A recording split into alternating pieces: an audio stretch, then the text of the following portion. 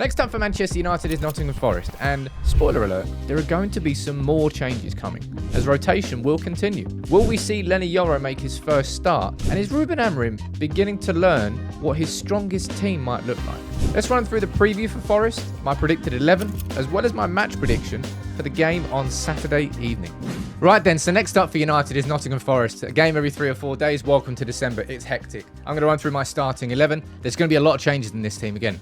All right, and I actually think we need changes. I'll explain exactly why. Before I do, I want to quickly say just a big thank you to everyone who continues to follow United People's TV and to support the content. You can see the studio's all packed up here. By the time you watch this video, hopefully I would have moved house.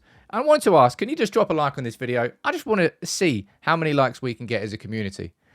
We've had a rough few years, but I've always been here, you've always been here, and I'm looking forward to the next few years because I do think brighter times are indeed ahead. Nottingham Forest, though, on Saturday. Will that be brighter times? The Arsenal game was frustrating. Really frustrating. We had a better defensive structure, but overall, nowhere near enough going forward, and we were undone by set pieces. In terms of Forest's results, they're 6th in the league right now, but they've lost 3 out of the last 4. Not easy games. Newcastle, Arsenal, and City. United will not have an easy game on Saturday night under the floodlights, and Ruben Amorim will know that. There won't be easy games. They just don't exist anymore. And there are going to be changes afoot again. Now, if you look, this is the team that started against Arsenal, right? And if you're looking at the team from Ipswich to Bodo Glimt, there were 5-6 changes. From Bodo Glimt to Everton, there were 5-6 changes. I don't know how many changes are going to be in this one, but I'm going to make quite a few as well. Let me explain. Because the first question I've got is Leny Yoro fit to start? He was fit enough to come off the bench against Arsenal. And if we're aiming, and I think we should be, aiming for him to be fit to start the City game and maybe even complete 90 minutes, then I think you're going to have to get a start in for him before that. So I think Leny Yoro comes into this starting 11. And I'm going to rejig the defence like this, all right? I'm going to drop Maguire to the bench. I'm going to drop Delo to the bench. And I'm going to drop Malacia to the bench. And this is what I would do. I would put Mazraoui as left wing-back. Martinez as left centre-back, De Ligt through the middle, Yoro as right centre-back, and bring Ahmad back in. And I think, if I'm being completely honest, on paper looking at that, that may well be, and may well end up being, Manchester United's strongest back 5 this season. You say Mazraoui is out of position there as left wing-back, and I would say, but does he even have a position? He plays left centre-back, right centre-back, right wing-back. I mean, he'll play everywhere that you want him to, and he'll do a very good job at it. I think you could see this, and I want to bring Martinez back because that is our back. That's the back 3 that we've been waiting to see. Martinez left centre back, Yoro right centre back, De Ligt as the holder in the middle, the central centre back. But I don't want to drop Mazraoui, and Ahmad right now he's our best player on form. So Ahmad starts this game, and United will have a lot more possession. Well, not possession, but a lot more threat than we did. It all depends, of course, whether Leny Yoro is fit enough to start. And if he was fit to start, I think you bring him off after 60 minutes and manage his minutes in his game time. I'd love to see it. That back 5. I think it could really, really work. And arguably, it might actually be the strongest on paper. But Ahmad, of course, is definitely going to be starting. And I think there's another question to be asked around Bruno Fernandes. Now, I understand why Ruben Amorim has played him in central midfield. You're looking at the Eriksen and Casemiro against Ipswich, no intensity. Well, let's bring Bruno in there because he can set the tempo. And he did against Bodo Glimt. And he played him there against Arsenal, but I didn't like it, right? I just didn't like it. Move that over there. It looks a bit messy. OCD in me over there. Okay, that's a bit better. This is, I think, what I want to see. Garnacho dropping to the bench. Bruno moving into one of the number 10 positions. And Mainu coming in. That, for me, I mean, there's an argument to be had that could be United's strongest 11 as this season progresses. Okay?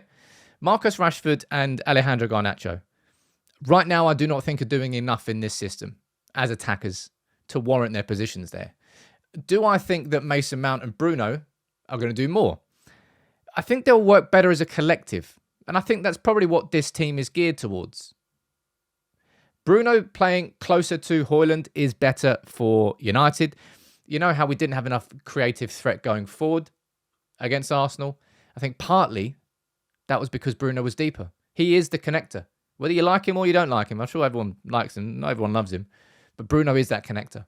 Get him closer to Højlund and closer to the opposition's goal rather than deeper to set the tempo. And Mainoo coming back in, 1 game suspension. He should be fit to play this game, and maybe missing that Arsenal game will mean he's even fitter. Mainoo didn't look 100% sharp against Everton, but he's only just returning from injury. If he's fit to start, I'm starting Mainoo and Ugarte in this team. And I'm leaving both Rashford and Garnacho on the bench, with Mount and Bruno as the 2 central attacking midfielders behind Højlund. And Højlund so far this season, when he's playing well, he's playing well. When he's not, he's cold. Against Arsenal, he really struggled to hold the ball up. Kind of at any point. It kept bouncing off him. He was going too touch tight to Saliba, and I thought he'd learned from that, but he wasn't. He was going too touch tight again, and it made him easy to defend. Anytime we knocked the ball up to him, he wasn't able to hold it up and then bring others into play. We need that. We need Højlund to be able to do that. A bit like Kai Havertz done it a couple of times for Arsenal, and every team does it. They go towards a striker, and the striker has to have the ability to hold the defender off, bring it down on his chest, and just simply lay it back to one of the 2 players behind him, be that Bruno or Mount. Now, this is a very narrow team because I'm playing Bruno and Mount. So instead of it being Rashford and Garnacho kind of cut inside anyway. Ahmad and Mazraoui going on the overlaps. I don't know. I might be. I'm not going to get a starting 11 right for a few months. I don't think. I think I've got like 7. I think might be on like 8 or 9 out of 11, maybe 9 max. But I'd love to see this if the players are fit. Now that's always the big question mark about this United team. Who is fit to actually start the game? Ruben has been making changes. Firstly, it's because he knows that these players aren't fit enough to play the football that he wants, game in, game out, 3 times a week, yet. That is the end game. So in the meantime, he's going to rotate. And also, what he's doing in rotating is learning about his squad. In the same way that he learned from game 1 that he can't play Evans as a wide centre-back, that he can't play Casemiro and Eriksen as 2 central midfielders before. Now, we could have told you that, Ruben, before he came in, but he had to learn himself, right? He has learned. This game against Forest, they've got threat, man. But I'm going for a 3-1 win. Sod it. Why not? Can't tell you why. Well, actually, I can tell you why, because I think that team there is so much stronger. I really would love to see that back 5. I think Mazraoui could really work as that left-sided winger. Well, left-sided winger. Left wing back. Malassi was actually good in his 45 minutes there. But we do need other options, and I'd rather Ahmad go on the right and Delo be put on the bench and Mazraoui down the left. It might not happen. You can let me know what you think in the comments. But as I said, thank you all for your support in this version of United People's TV.